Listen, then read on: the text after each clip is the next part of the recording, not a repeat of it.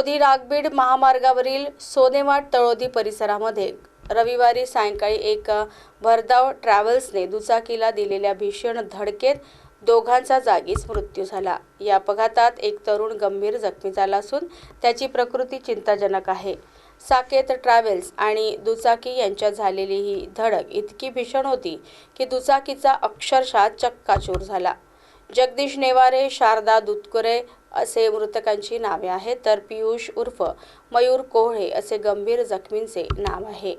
जगदीश नेवारे, शारदा दुधकुरे आणि पियुष कोहळे हे तिघे दुचाकीवरून ट्रिपल सीट प्रवास करत होते।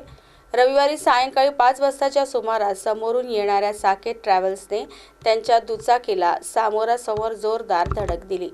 धडक लागताच तिघेही ट्रॅव्हल्सच्या पुढील भागात अडकले गेले आणि दुचाकीचे चाक तुटून दूर फेकले गेले। यामध्ये जगदीश आणि शारदा यांचा जागीच मृत्यू झाला।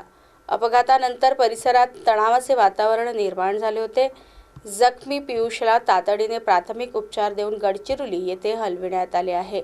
या घटनेमुळे महामार्गावरील वाहनांच्या अनियंत्रित वेगाचा प्रश्न पुन्हा ऐरणीवर आला असून स्थानिक नागरिकांनी तीव्र संताप व्यक्त केला आहे। काही काळ वाहतूक विस्कळीत झाली होती, मात्र पोलिसांनी घटनास्थळी धाव घेत परिस्थिती नियंत्रणात आणली। तळोदी पोलीस स्टेशनचे ठाणेदार राहुल गुहे यांच्या मार्गदर्शनाखाली पोलीस पुढील तपास करीत आहेत।